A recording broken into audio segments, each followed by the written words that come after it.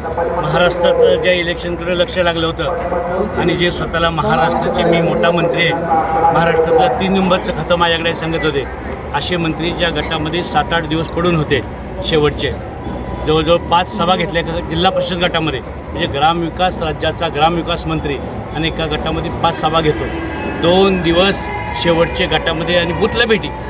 महाराष्ट्राच्या इतिहासामध्ये कधी असं घडलं नसेल. महाराष्ट्राचा एक मोठा दिग्गज मंत्री बुथला भेटी देत फिरत होता.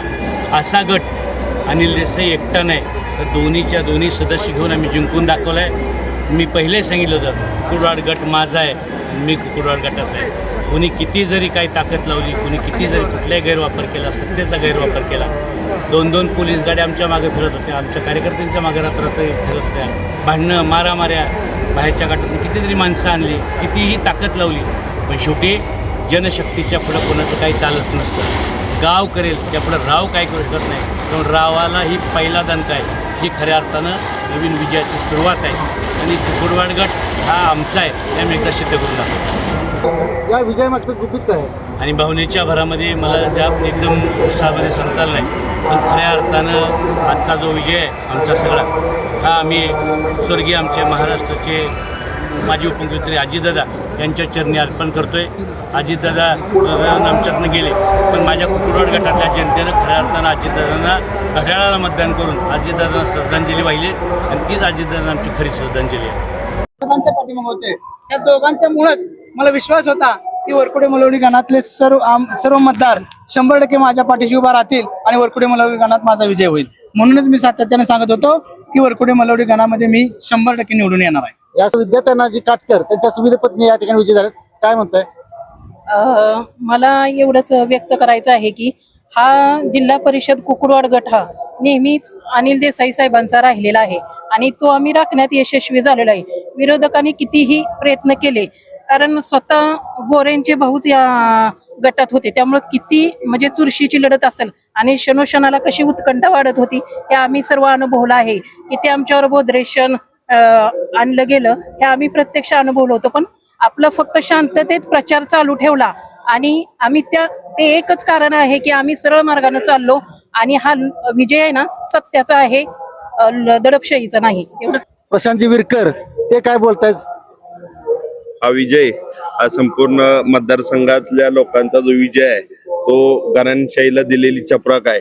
आज जर बघितलं तर मानकाटा विधानसभा मतदारसंघात घराणेशाहीच्या 3 सीटा होत्या, त्यातली 1 सीट ते कशा पद्धतीने निवडून आली हे संपूर्ण सामान्य जनतेनं पाहिलंय आणि 2 सीटा ज्या पराभूत केलेल्या आहेत ते सामान्य जनता विरुद्ध घराणेशाही आणि धनशक्ती विरुद्ध जनशक्ती हा विजय हा राष्ट्रवादी काँग्रेस पार्टी आणि सर्वसामान्य जनतेचा हा विजय आहे. इथून पुढं ही भविष्यातील बदलाची नांदी ठरणार आहे आणि हे सर्व विजयशीलदार या भविष्यातल्या बदलाचे खरे शिल्पकार असतील एवढंच सांगतो. भारत अनुसार काय या विजयाबद्दल म्हणताय? आम्ही सर्व कार्यकर्ते सांगत होतो हा अनिल भाऊ देसाईंचा कुकुडवाड गट आहे आणि हुकमी हक्का अनिल भाऊ देसाईंचा कुकुडवाड गट आहे. ही कुकुडवाड गटातली जनता पूर्णपणे ताकदीने अनिल भाऊ देसाई पाठीमागे उभं राहण्याचं कारण आहे. अनिल भाऊ देसाई यांनी प्रत्येक सामान्य माणसाला नावानिशी ओळखणारा नेता आणि त्या माणसाचं काम करून दाखवणारा कामाचा नेता ही माणसं नक्कीच निवडून देतील असा आम्हाला ठाम विश्वास होता. त्यांनी विरोधकांनी किती ताकद लावली, किती वारीमाप जरी प्रयत्न केला असला आमच्यावर बर्डन आणण्याचा, तरी आम्ही कुठेही झुकलो नाही. खंबीरपणाने अनिल भाऊ देसाई आणि विक्रम शिंगाडे आणि विद्याताई काटकर यांच्या पाठीमागे आम्ही खंबीरपणाने उभे राहून त्यांना विजय करून दाखवलं. तर या कामाच्या माणसाचा विजय झाला असं म्हणतात, तर शेवटचं काय सांगाल भाऊ? आमच्या सातारा जिल्ह्यामध्ये राष्ट्रवादी काँग्रेसची पार्टी, आमचे मंत्री आदरणीय मकरंदाबा पाटील आणि या राज्यसभेचे खासदार सन्माननीय नितीन काका पाटील यांनी सगळ्यांनी आम्हाला राष्ट्रवादी काँग्रेस पार्टीने खरं पाठबळ दिलं आणि या पाठबळाच्या जोरावर या मान कुकुडवाड गटच नाही तर सगळ्या मान तालुक्यामध्ये आम्हाला खऱ्या अर्थानं विकासाचं हे करायचं. आमच्याकडे जी लोक बघतात ते कामाचं माणसून बघतात, आमच्याकडे लोक बाकी कशाने बघत नाहीत. त्यामुळे येणाऱ्या दिवसामध्ये या मान मतदारसंघामध्ये जे काही प्रश्न प्रलंबित आहेत, जे जिल्हा परिषदच्या माध्यमातून सोडवण्यासारखे ते माध्यमातून सोडू, पंचायत समितीच्या माध्यमातून जे प्रश्न सोडवण्यासारखे ते आम्ही सोडू. मला पंचायत समिती सदस्य किती निवडून आमचे आलेत? 5 सदस्य निवडून आलेत. त्यामुळे तुम्हाला सगळ्यांना माहिती आहे अनिल देसाईने 3 टर्म विक्रम केलाय. ज्यावेळी 5 झालं आणि अनिल देसाई जिकडे आहे तिकडे चिठ्ठी निघाली हा तुम्हाला माहिती आहे. त्यामुळे आज मी आपल्या सगळ्यांना सांगेन, मानचा सभापती आणि उपसभापती हा राष्ट्रवादी काँग्रेस पार्टीचाच असेल आणि इतर कोणाचाही नसेल, हे तुम्हाला दिसेल चिठ्ठीवर सुद्धा.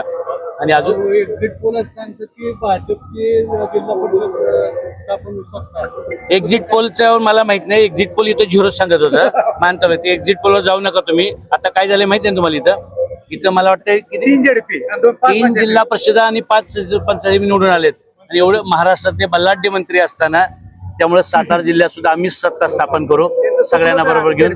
जिल्हा परिषदचा अध्यक्ष उपाध्यक्ष सुद्धा आमचाच असेल, आमच्या आघाडीचा असेल. मला माहिती आहे, मला पूर्ण खात्री आहे. काम तर करायचं आहे आणि कामापेक्षा आम्हाला नम्रपणे राहायचं आहे. गोरगरिबांची कधी मगरुरी, पैशाची, सत्तेची मस्ती आम्हाला कधी करायची नाही. ते न करता अत्यंत प्रामाणिकपणे सामान्य जनतेसाठी आयुष्यभर आम्ही काम करतो. एवढंच या निमित्ताचं.